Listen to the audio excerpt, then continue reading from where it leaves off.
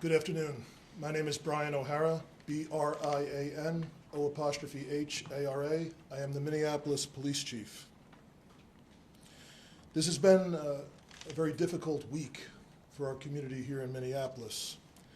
As we continue to move along this difficult path of healing, I want the community to know that even in the face of evil, the Minneapolis Police Department and all of our law enforcement partners collectively stand together with you.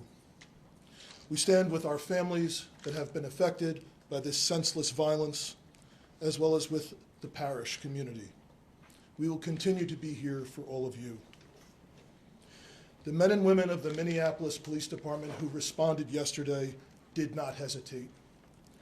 At 8:27 a.m., 911 began to receive initial calls of shots being fired.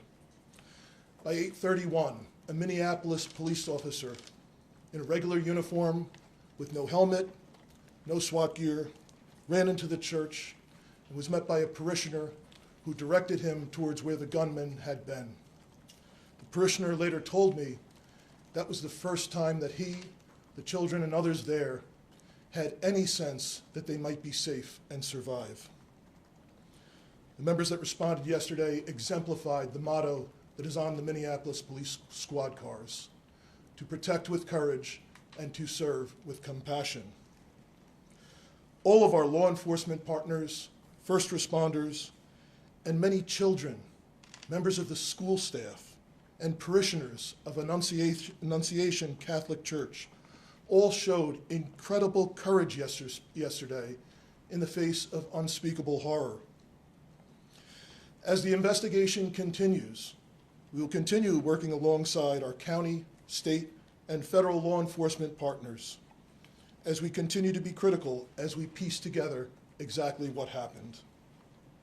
At this time, we have identified a total of 20 victims that had injuries resulting from gunfire, including the 8 and 10-year-old who were killed yesterday. 15 of the injured are children between the ages of 6 and 15. 3 of those injured are adults in their 80s.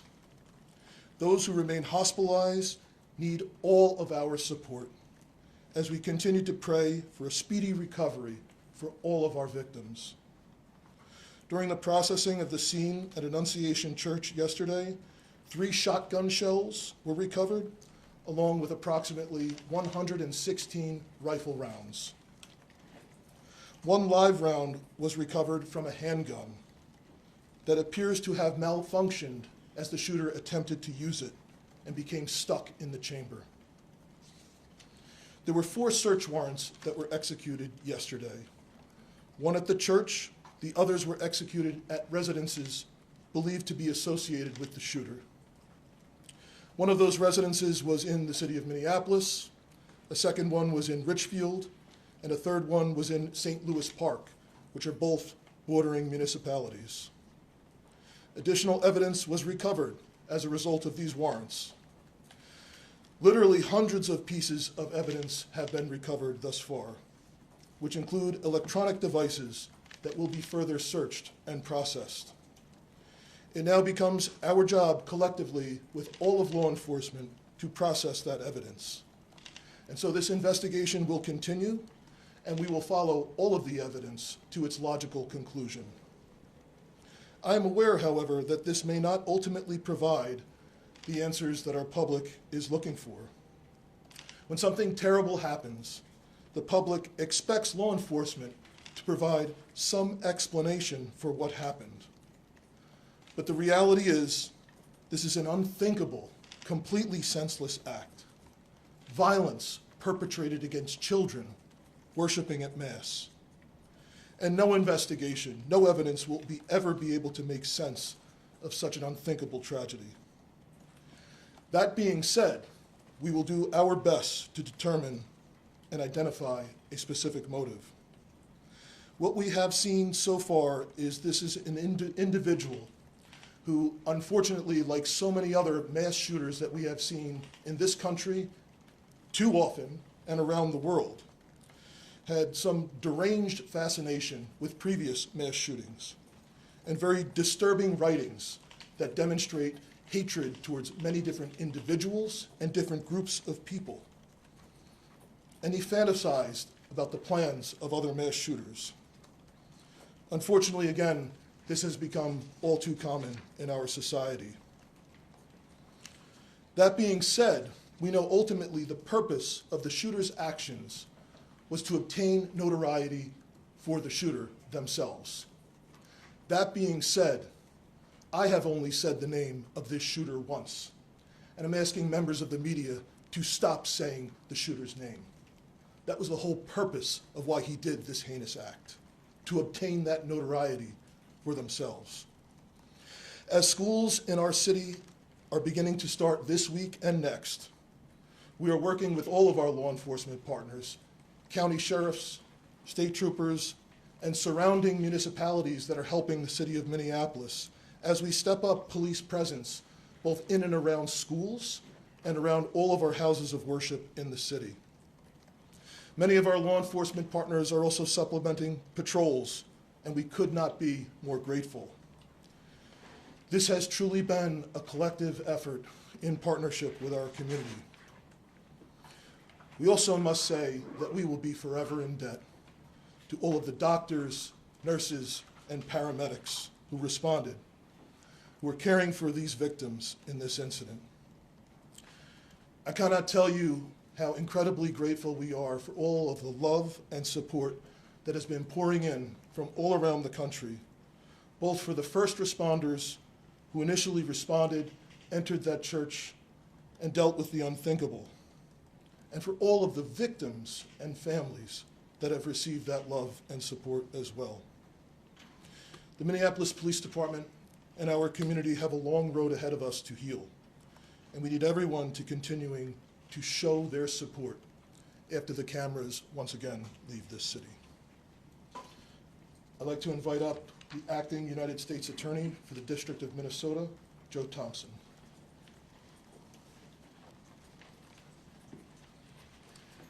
Good afternoon. My name is Joe Thompson. I'm the Acting United States Attorney for the District of Minnesota. Yesterday, Minnesota was attacked. It was an attack, first and foremost, on our children and our families. An attack at a school and in a place of worship. It was also an attack on our city, our state, and our country. The U.S. Attorney's Office, the FBI, ATF, and other federal law enforcement are working with state and local partners to investigate this heinous act. Our investigation is twofold. First, we are seeking to confirm what we believe to be true, which is that the shooter acted alone and that no one else was involved, that the threat died with the shooter yesterday. We believe that to be true, but we'll leave no stone unturned to ensure the safety of our community. Second, we are investigating the motive, why and how this happened. The shooter left behind hundreds of pages of writings that describe the shooter's plan, writings that describe the shooter's mental state, and more than anything, writings that describe the shooter's hate, pure, indiscriminate hate. The shooter expressed hate towards almost every group imaginable. The shooter expressed hate towards black people. The shooter expressed hate towards Mexican people. The shooter expressed hate towards Christian people. The shooter expressed hate towards Jewish people. In short, the shooter appeared to hate all of us.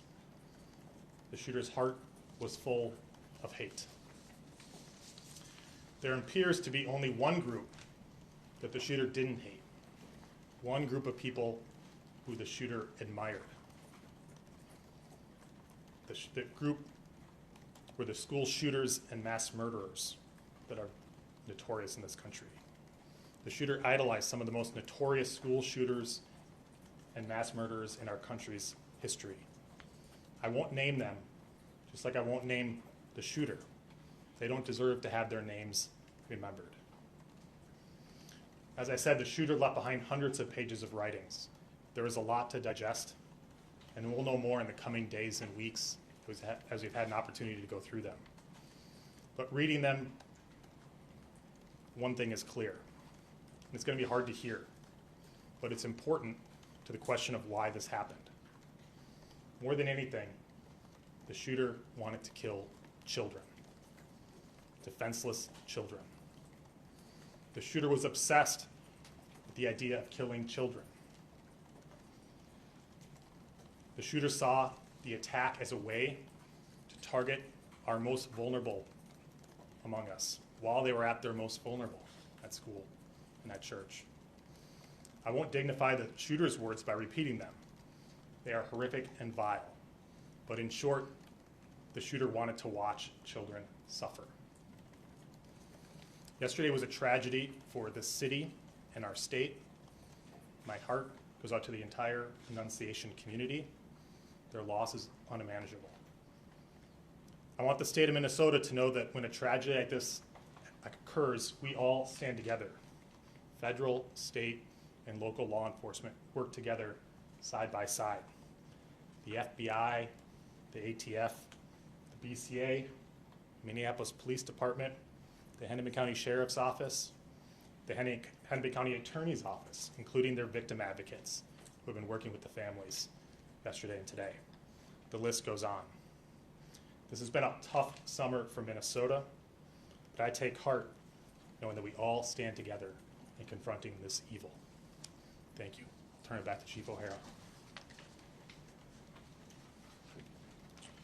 Load it up for some questions and answer what we can. The FBI Director, Kash Patel, put out some details today, including that there was a threat against President Trump, that there were some messages such as Israel must fall and free Palestine, and that it is being investigated as a hate crime, and there's evidence of a hate crime.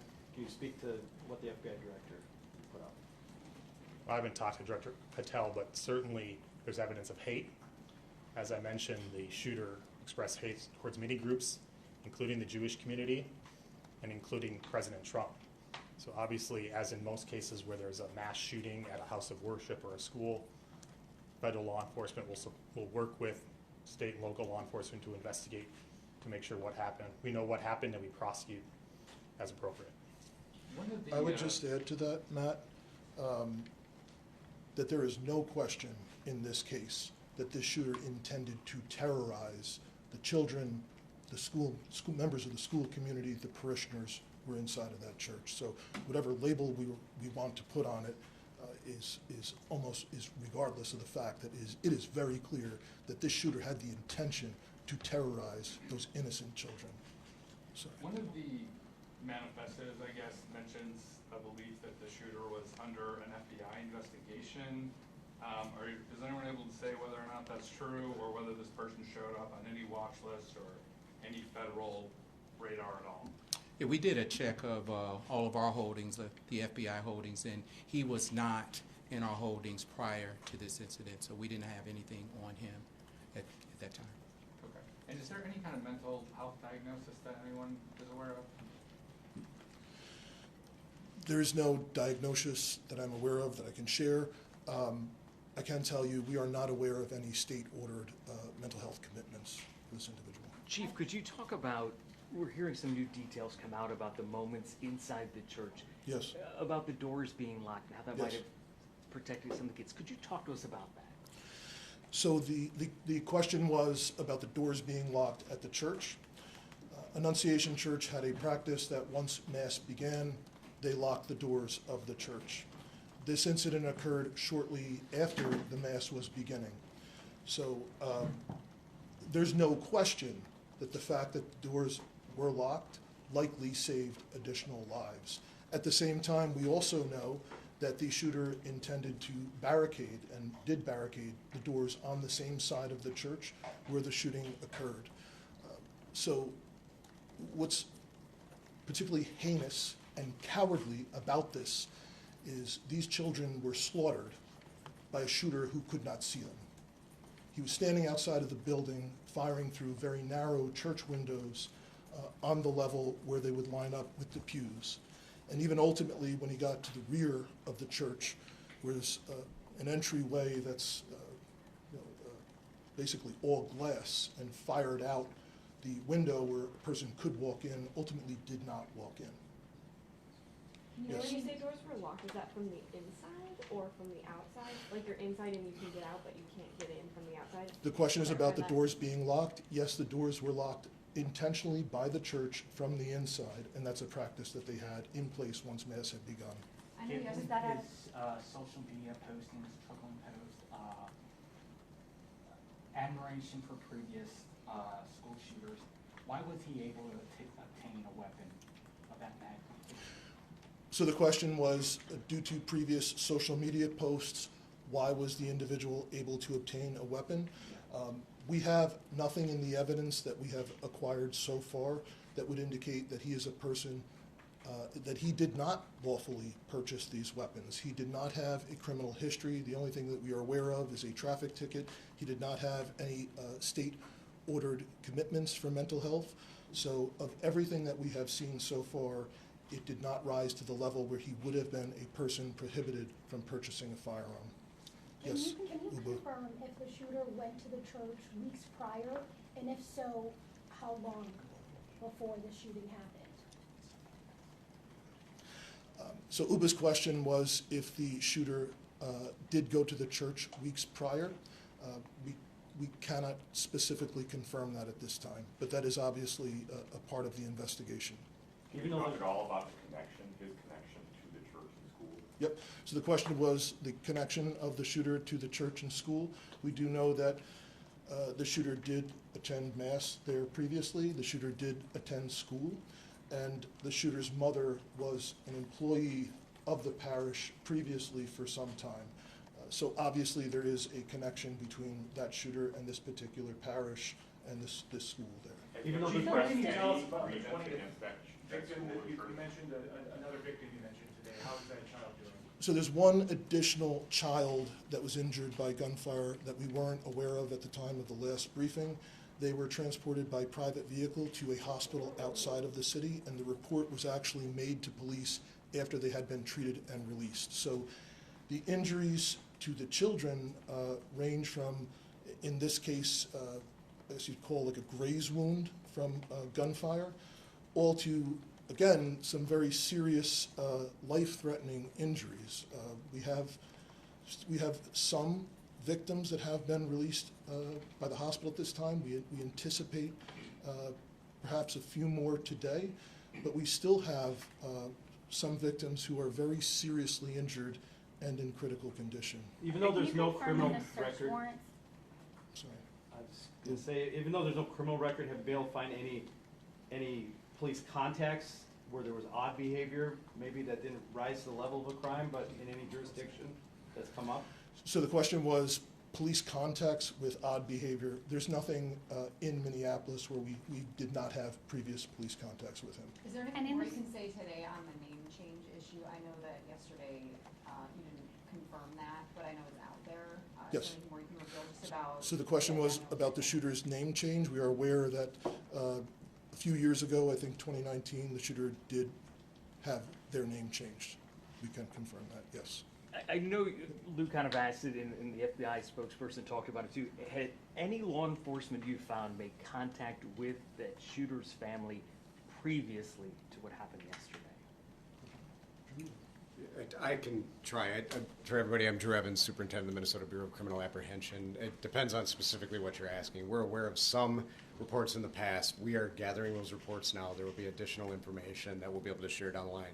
But as the chief noted, and we think what is important in this and related to the question, this individual was not arrested for anything that would prohibit them from being able to purchase a firearm. There is not substantive police contact with this individual that would have raised concern to the level that would lead us to believe this sort of a situation would happen today. The social media, in terms of your question for that, just to be clear, to level set for everybody, there is a specific criteria in terms of how an individual can purchase a firearm legally in Minnesota.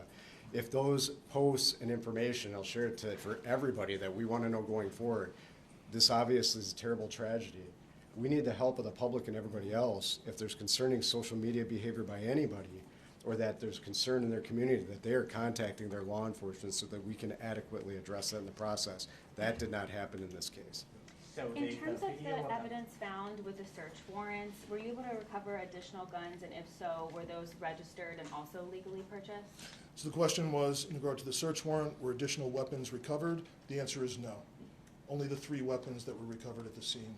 A .556 millimeter rifle, a shotgun, and a pistol, and all 3 were used during this incident. Chief, any history of gun training? Because the shooter seemed fairly accurate. We're not aware of, at this time, any history of gun training. In the evidence that you have recovered, has the shooter expressed any grievance against that particular church? So the question was, any specific grievance against the church?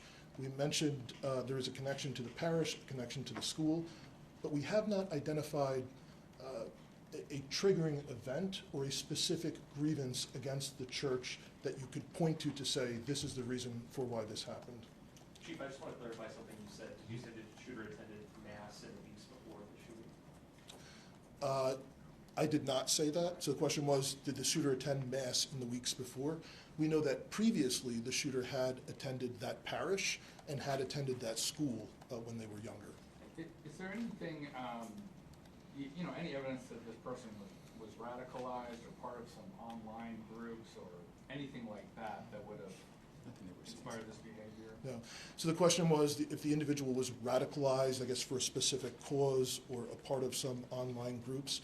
And the answer is no, we have not found evidence of that, other than, again, just this fascination in general with many, many different previous mass shootings, mainly in this country, but also some from around the world. Chief, any evidence to indicate why this particular church, just to kind of follow up on what I was asked, why this particular church was chosen as the target and not somewhere else? So Matt's question is the question, why this particular church? And other than the obvious, which we have said, the connection to being from that church, being from that school, mom having worked there, we have not found a specific trigger for why to target the children at this church. On that note, though, did the shooter seem aware that there was going to be this mass at this time, that the kids would be there at that time?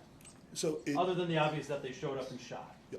So the question was, did the shooter be aware? Was the shooter aware of this mass at this church? The answer would be yes. This was a daily mass, but this was special in that the children were attending to celebrate the first week of school, the beginning of a new school year.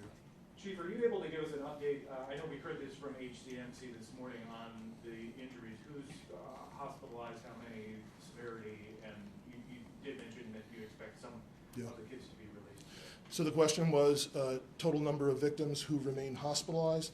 I do not have information that would have to come specifically from the individual hospitals.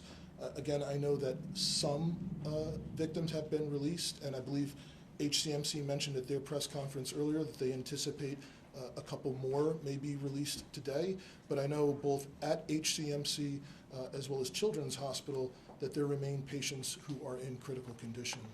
Chief, you have more than 24 hours to kind of absorb this and kind of process this. Your thoughts on this as we kind of move forward and where we are right now? So the question was, over the last 24 hours, for my thoughts on where we are and moving forward. I think we had dozens of police officers that responded, that entered there. I shared a story that one parishioner had shared with me of the relief they had seeing an officer running in towards the danger. And I know from dozens of officers who did respond that ran into the church and saw the unthinkable with all of these children so seriously injured, and other children that had blood on them, from not because they were injured, but because of blood that was shared from other kids. And just how confusing it was for the officers, because no one knew if there was specifically just one shooter, if there were perhaps improvised devices that were there to go off. So I think the officers, and that were then joined by state troopers and county sheriff's deputies and all of federal law enforcement officers and others that responded very, very quickly, and I just think did an incredible job at trying to ensure that the threat was eliminated, there were no additional threats, but also trying to triage as quickly as possible and get the injured to the hospital. And I think EMS, all the first responders, did an amazing job. And I think going forward, we're going to learn countless stories about many children and the heroic acts that children there did, as well as staff members and other parishioners. So I know this is, incredibly horrific and just an unthinkable situation, but despite all of that, I think there's going to be countless lessons of bravery from young children all the way up to elders in our community. All right, we'll take one more, perhaps from somebody who's not yet had a chance. Chief, have you that spoken? you? I think I have, but have you not done one yet? Go ahead. Go ahead. Yeah, have you guys spoken with the shooter's parents, and have they said anything about past mental health history? And do you guys as law enforcement believe there might have been any red flags that might have been missed? So the question was, have we spoken to the shooter's parents, and if there were any red flags that may have been missed? I know there were dozens of interviews that have been conducted with relatives, friends, associates of the shooter, as well as people, obviously individuals, witnesses that were present at the scene yesterday. I know we have not been successful in talking to the shooter's mother yet at this time, but there continue to be efforts made to get that done. But you have talked to the father? I cannot confirm that, I don't know. There's been, We have. you have? You Okay. have.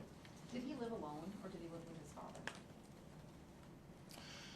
Well, the question was, did he live alone or live with his father? There's 3 residences that are associated with this individual. I can't verify right now which residence he was staying at immediately prior to the shooting, but that's obviously something that will come out with the investigation as it continues. Are you Just out of curiosity, what was your question? Oh, can you say how long the shooter attended the school for, like what grades? I don't know. Yeah. So the question was, how long did the shooter attend? Okay. But I don't know the period of time exactly. Is there surveillance video available, not that we want to see it, but that you can review to know like how long he was shooting and how he snuck up Yep. and stuff like that? So the question was, is there surveillance video? And the answer is yes, there's surveillance video at the church. That's how we know for sure he did not enter and did not fire at all from inside the church. And do you know how long the shooting took place? We will know that for sure. The question was, how long did the shooting take place? So the first call to 911 was... Or I just mean like the shots being fired for how many seconds or minutes? Yeah. Yes, we will be able to figure that out. We will be able to pinpoint that. Do you know if Thanks the so guns much were for your time obtained today. locally? We are quite hot. Thank you, Chief. Okay. We got a lot more yet to get done today. So I appreciate again your partnership in helping us get these messages.